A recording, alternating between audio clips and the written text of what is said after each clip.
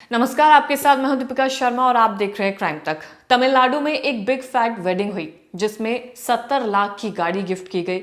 इसके अलावा 80 तोला सोना दिया गया, जिसकी अगर हम कैलकुलेट करें तो उसकी वैल्यू होगी अराउंड 80 से 90 लाख। यानी कि 70 लाख की गाड़ी, 90 लाख का सोना, और शादी में जितना खर्चा होता है वो अलग। इस तरीके की शादी तमिलनाडु के तिरुपुर में हुई थी। जो तस्वीरें हम आपको दिखा रहे हैं ये वही कपल है जिनकी शादी हुई है। ये हंसते हुए चेहरे, ये हंसती हुई फैमिली आपको नजर आएगी, जिसमें ये एक प्यारी सी दुल्हन भी आपको नजर आएगी जिसके साथ ये शादी हुई है। केविन नाम का शख्स है जिसके साथ इसकी शादी हुई है।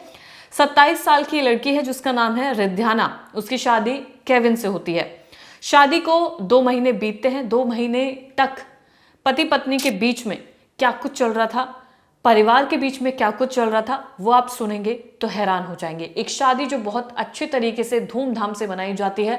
तस्वीरें ये बयां करती हैं कि कितनी सुंदर शादी ये रही होगी। पिता की तरफ से बेटी के ससुराल वालों को दहेज दिया जाता है, जो प्रथा हम आमतौर पर देखते हैं कि वो लगातार बढ़ती ही जा रही है। लेकिन इस वजह से एक बेटी को क्या कुछ सहना पड़ता है, वो कहानी आप सुनिए। जो ये लड़की है रिंध्याना, वो अपने घर से ये कहकर निकलती है कि वो मंदिर जा रही है। रविवार को ये अपने घर से निकलती है, रास्ते में अपनी गाड़ी को रोक देती है और उसके बाद ये लड़की, 27 साल की लड़की जो नई नवेली दुल्हन है, ये पेस्टिसाइड्स की गोलियां खा लेती है।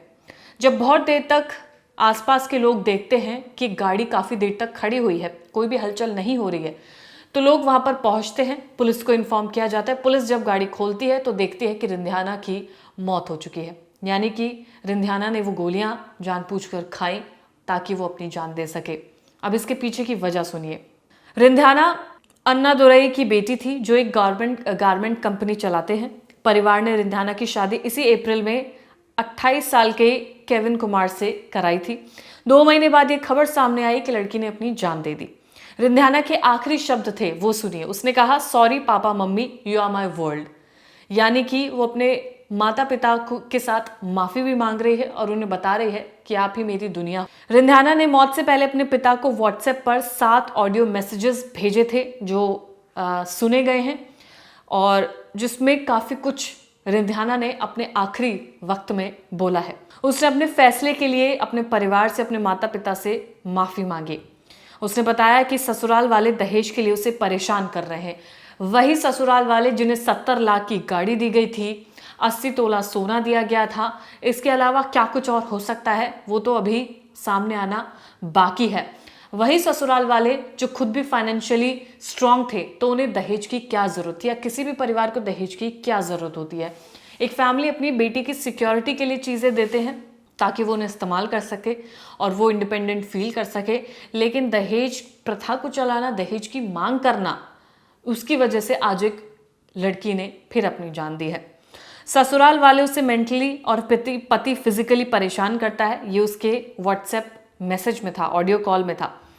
उसने मैसेज में कहा, मैं उनकी रोजाना की मानसिक यातना को सहन करने में असमर्थ हूँ। मुझे नहीं पता कि इस बारे में किससे बात करूं। जो लोग सुनते हैं वो चाहते हैं कि मैं समझौता कर लूं, कॉम्प्रोमाइज कर लूं, एडजस्ट कर लूं, और कहते हैं कि जीवन ऐसे ही चलेगा, और वो मेरी पीड़ा को समझ नहीं पा रहे हैं। लड़की ने कहा, मेरे आसपास हर कोई नाटक कर रहा है और मुझे समझ नहीं आ रहा है कि मैं चुप क्यों हूं और ऐसा क्यों सह रही हूं, क्यों कर रही हूं। ये सब लड़की के शब्द हैं जब उसने अपने पिता को ऑडियो मैसेज भेजा है। उसने आगे कहा कि वो अब इस तरह से नहीं चल सकती है, मैं जीवन भर आप पर बोझ बनकर नहीं रह सकती।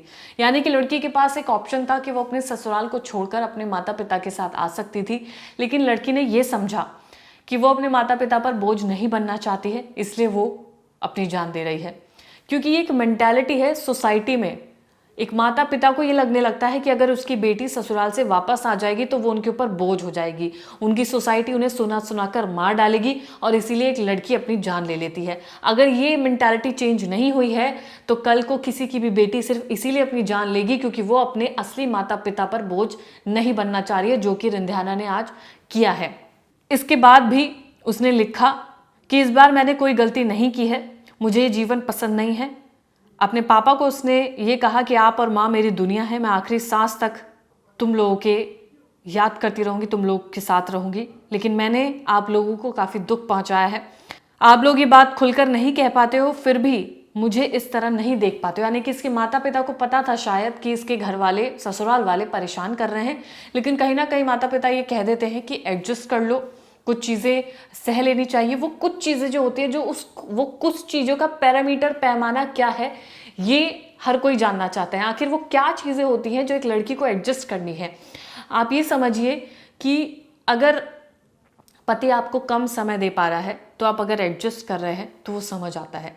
अगर आप कुछ चीज़ें जो नई हैं आपके जीवन में, अगर आप उनको सही तरीके से नहीं कर पा रहे हैं, अगर आपको कोई समझाने की कोशिश कर रहा है, आप अगर उसे एडजस्ट कर रहे हैं तो समझ में आता है। ये कौन सा एडजस्टमेंट है कि अगर दहेज के लिए उसके ससुराल वाले उसे प्रताड़ित कर रहे हैं और वो सहन करती जाए, ये किस बात का एडजस्टमेंट है, ये समझ नहीं आता है। और इसी वजह से आज एक माँ बाप ने अपनी बेटी को खो दिया है और वो ससुराल वाले, उन लोगों को तो गिरफ्तार कर लिया गया है, लेकिन ऐसे अनेकों केसेस हैं, कई ऐसे केसेस हम देख चुके हैं जहाँ पर कुछ भी नहीं हो पाता है, वही हाथ मलते रह जाते हैं सब लोग। लड़की ने कहा कि मुझे माफ करना पापा, सब कुछ खत्म हो गया है और मैं जा रही हूँ।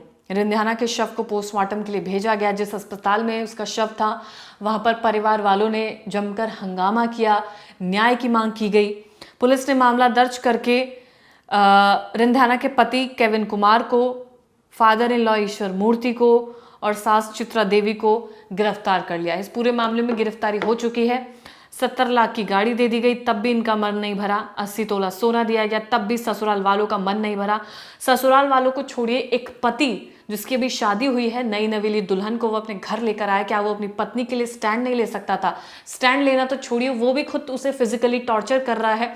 तो कहाँ पर जाकर रुकेगी ये दुनिया, ये समझ पाना मुश्किल है। खुद एक फैमिली जो फाइनेंशियली स्टेबल है, सब कुछ उसके पास है, दहेज में इतना कुछ मिल चुका है, बावजूद इसके वो लोग क्या डिमांड कर रहे हैं, ये समझ पाना मुश्किल है। ऐसी लड़की की कौन सी गलती थी जिसे वो नज़रअंदाज नहीं करना चाह रहे थे? गलती तो कोई यहाँ पर नजर आ ही नहीं रही है। लड़की के आखिरी शब्द अपने माता पिता को यही थे कि अब वो इस तरीके का जीवन नहीं जी सकती। सोचिए, वो लड़की रोते रोते हुई ऑडियो मैसेज रिकॉर्ड कर रही है, अपने पिता को भेज रही है। मैंने वो सुना है, कितना दर्दनाक है। ये सुनकर हर कोई, किसी को हैरानी होगी कि आखिर एक बेटी कितना मजबूर हो जाती है उस मोड़ पर आकर जहाँ पर उसके ससुराल वाले भी अपने नहीं और मायके वाले भी अपने नहीं। मायके वालों पर वो बोझ नहीं बनना चाहती है, ससुराल वाले रखना नहीं चाहते क्योंकि उन्हें और दहेज चाहिए। उसे हर रोज प्रताड़ित करना कहाँ का न्याय है? फिलहाल रिंध्याना को न्याय मिले, यही मांग है, यही वो तस्वीर है, यही वो परिवार वाले हैं जिन्होंने एक लड़की को प्रताड़ित किया है।